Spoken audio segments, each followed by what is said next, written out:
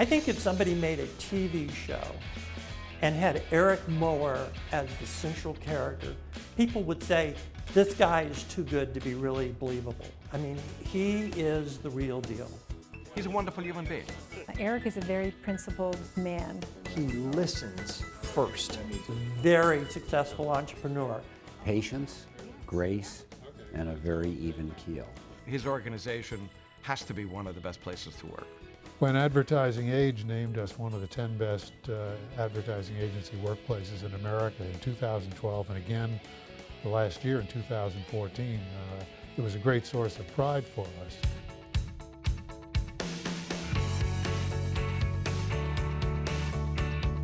And it's a reminder really of a very simple fact that the better the workplace, the happier the workplace, the better that organization is going to do, and we were very proud to be recognized. Through Eric's own example, he has created a culture where people have a reasonable degree of autonomy.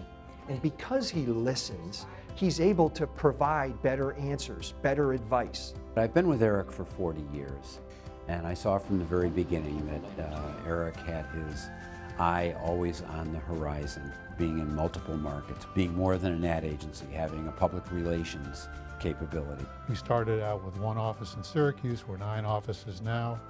Our newest offices in New York and Boston and Cincinnati and Charlotte. One of our clients was the Buffalo Sabres, and we went to dinner and a game, and one of the people on the client side said, "So Eric, what sports do you like?" And he said, "Business is my sport." Over the course of many years, I've had a lot of fun in this business.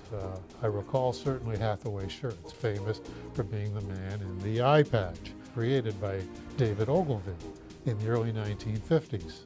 We had won it in the 70s because I told the prospective client that they were nuts not to use the man in the eye patch. It was distinctive and all that.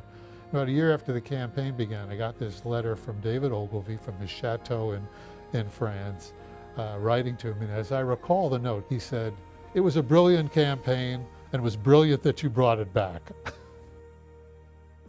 I think Eric is a true role model in the industry because he works hard, he cares about his people, but he also cares about the next generation, who's coming up, what can he leave as a legacy, and how can he help them be better? I've chaired the Advertising Self-Regulatory Council for about 8 years now, served on their board for about 15 years total.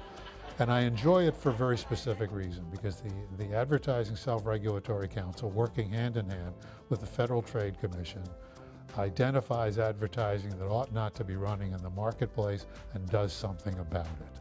Really, over the course of 20 years, Eric has been instrumental in moving advertising self-regulation from a very modest beginning to the leadership of the world in terms of the way we deliver advertising. There are literally hundreds of executives in our industry who've worked with him, met him, seen him, have been helped by the work he's done, and it's just created a very durable legacy. You cannot overestimate the ability of some people to do the wrong thing. Well, when I think about Eric Moeller, I think of the notion of corporate social responsibility and individual social responsibility. I just don't see how you can operate a business and not look at the world around you and wonder, what can I do to help make the world better? Several years ago, we initiated what we call EMA's Day of Caring. And each EMA office takes a day where the whole office shuts down and goes out into the community and chooses a non-for-profit to support in some way.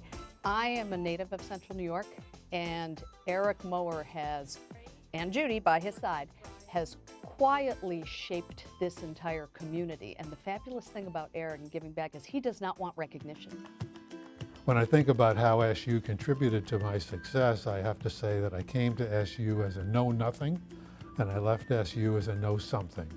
SU gave me the tools to think, to look at the world with a lens that I never would have had otherwise. So when I think about Syracuse University, I think of a very big IOU.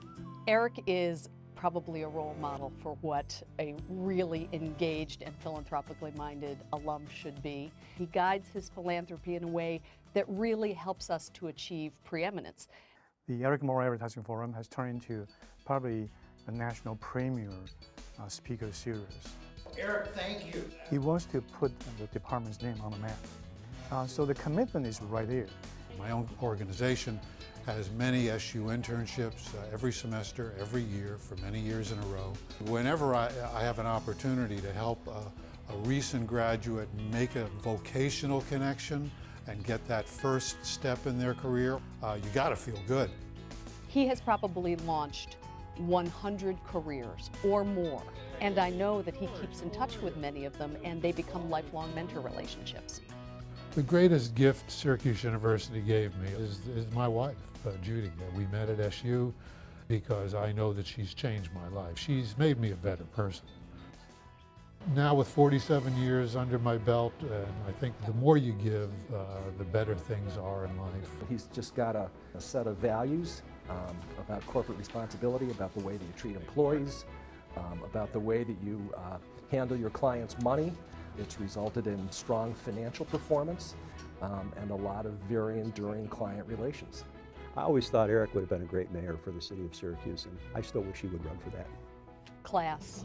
He is, in everything he does, the very definition of class.